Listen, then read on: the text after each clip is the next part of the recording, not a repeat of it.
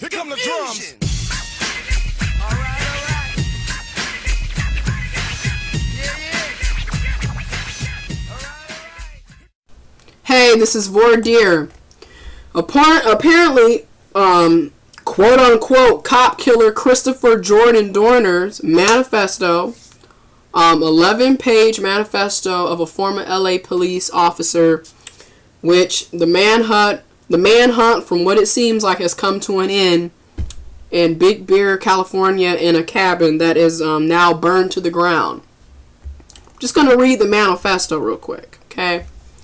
I know most of you who personally know me are in disbelief to hear from the media reports that I am suspected of committing such horrendous murders and have taken drastic and shocking actions in the last couple of days. You are saying to yourself that this is completely out of character of the man you knew who always wore a smile wherever he was seen. I know I will be vilified by the LAPD in the media. Unfortunately, this is a necessary evil that I do not enjoy but must partake and complete for substantial change to occur within the LAPD and reclaim my name. The department has not changed since the Rampart and the Rodney King days. It has gotten worse. The consent decree should never have been lifted. The only thing that has evolved from the consent decree and those officers involved in the Rampart scandal and the Rodney King incidents have since promoted to supervisor, commanders, and command staff and executive positions.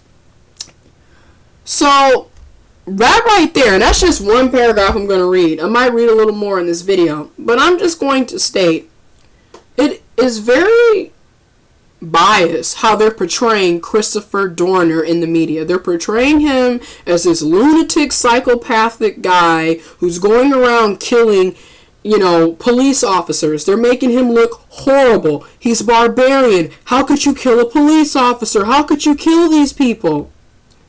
Before I go any deeper into this video, do I think what he's doing is right? Should he be killing people? No, he shouldn't be killing people. It is wrong to go around killing people. However, when you look at his situation and you look up what build up to this and why he went about doing this, you know what? It's understandable. I can see why. I'm going to talk about the bias of the media, how they portray Christopher Dorner. They make him look like a psychopath. Crazy, barbarian, just savage. But isn't it ironic, like how he's just this bad boogeyman, and we've got a manhunt on him, and we're about to, have bombs and drones flying over where he may or may not be located, possibly killing other innocent people that are surrounding the area. Yet, when we had that nutcase kill those children at Sandy Hook Elementary, they wanted to portray him as, oh, he had mental issues. He had to deal with so much growing up. He wasn't on his medication. They gave him excuses for killing innocent children and workers at Sandy Hook Elementary. You want to get more on it? Look at the nutcase who, in July, decided to kill a bunch of people at a movie. What did they say about him? He couldn't get a job with his degrees. He was a smart young man. We don't know what happened. He must have just had a breakdown. Look at the people who killed all those two teenagers who killed everybody at the Columbine High School. Oh, they were bullied.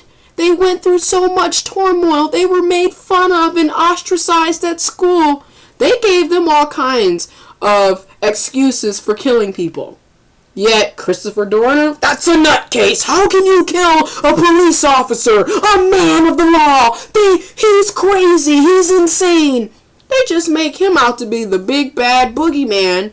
Meanwhile, you got all these other nutcases who've killed multiple people, and I'm talking about over 5 people murdered. You look at them innocent children at Sandy Hook, 28 people died.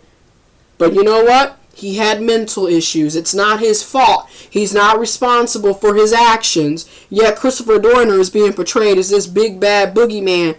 And I'm going to go on and say it is bias, it's discrimination, and it's blatant racism. You don't like what I'm saying? I don't care. Okay? It's very odd how Christopher Dorner does something, and don't get me wrong, I'm not saying what he has done or did is right. However, don't sit up here and try to portray one side as, this innocent person who just had a bad day and went and flipped out. Don't try to portray that one side like they're so good, but then here comes a black man, does something similar to what these white guys have been doing, and all of a sudden, he's crazy, he's savage, he's a lunatic, he's everything bad in the book. Yet when you had all of these white guys going around killing folks at high schools and movie theaters and elementaries, or the situation where you had dude shoot Gabby Guilford in the head, he just had a bad day, he didn't have parents, he had to grow up in poverty, he had mental issues, he had psychological problems, blah, blah, blah. All kinds of excuses you give them, but yet Christopher Dorner, oh no, he's just a nutcase. Okay, following on from Christopher Dorner's manifesto. Unfortunately, after reporting it to supervisors and investigating by PSP, Internal Affairs Investigator, nothing has done. I had broken their supposed blue line. It is clear as day that the department retaliated toward me for reporting Evans for kicking the victim. This seems to be the impetus behind Dorner's rage. So throughout his manifesto, he returns to the actions of one specific officer whom he reported as abusing a suspect, but nothing, he says, was done. He claims the officer and others lied to protect the truth. It seems to be Dorner's belief that he was fired because of this, and it seems to be the spark for his larger anger toward the department. This is ironic. I wanted to go into the criminal justice department. In fact, I have 2 associate's degrees, and I could have. But the point is, there's something called the blue wall of silence, where basically, if you are a police officer, you don't snitch on other police officers, even if they are breaking the law and infringing on other people's rights and doing the wrong thing. You can't snitch on them. If you do snitch on them, which is really not snitching, you're just reporting on wrongdoings, you can lose your livelihood, your reputation. You can, people won't like you in the police department. And basically what Christopher Dorner did was report what somebody did that was wrong, and he lost his job. See, and this happened 4 years ago. So the point is, they're trying to make it seem like he's just this horrible person in the media. Yet, what the LAPD did, technically firing someone unlawfully because they reported on what another police officer was doing wrong. But this is a story.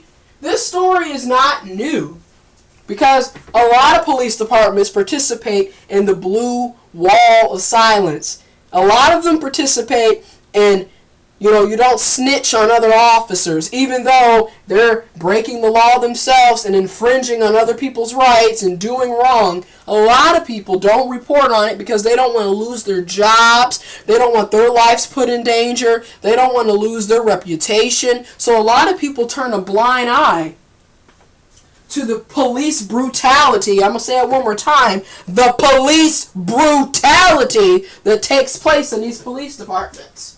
Yet these people are supposed to be serving and protecting the community. It's kind of obvious that a lot of police departments are corrupt. Case in point, I'm going to say it, Flint, Michigan, Chicago, Detroit, list goes on. It's kind of obvious that a lot of these police are corrupt.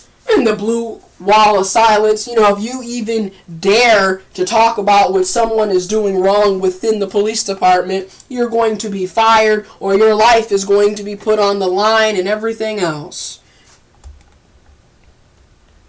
So I'm going to say that read some more from his manifesto. During the BOR hearing, a video was played for the BOR panel where the victim stated that he was indeed kicked by Officer Evans. Video sent to multiple news agencies. In addition to the victim stating he was kicked, his father also stated that his son had stated he was kicked by an officer when he was arrested after being released from custody. This was all presented for the department at the BOR hearing. They still found me guilty and terminated me. Think about it. They had video evidence proof. They had the father of the victim say he was kicked. They had the victim come out and say he was kicked by that police officer. However, Christopher Dorner was still found guilty and terminated. Lost his job for reporting the truth. Dorner says that unrelated incidents came after he heard another officer call someone a nigger. Dorner confronted him, but the officer said he said it was often as often as he wanted. Dorner, who is an African American, see, it's amazing. You know, it's amazing. I'm going to leave the link to the manifesto in the video so you all can see it. But I just wanted to say, you know, rest in peace, Christopher Dorner. You know, rest in peace to the victims as well. And I just think that it's really jacked up how the media is being very biased. They want to portray him as being this lunatic when it really isn't even like that. And I also want to say shame on the LAPD, the Los Angeles Police Department. Shame on the police department all throughout this country, because a lot of them are corrupt. And I mean, it doesn't take a rocket scientist to see that, you know what, these police aren't all cracked up who to say they are. But I'll leave a link to it. I want you to read it. Talk to you guys later. Voir dire, speak the truth.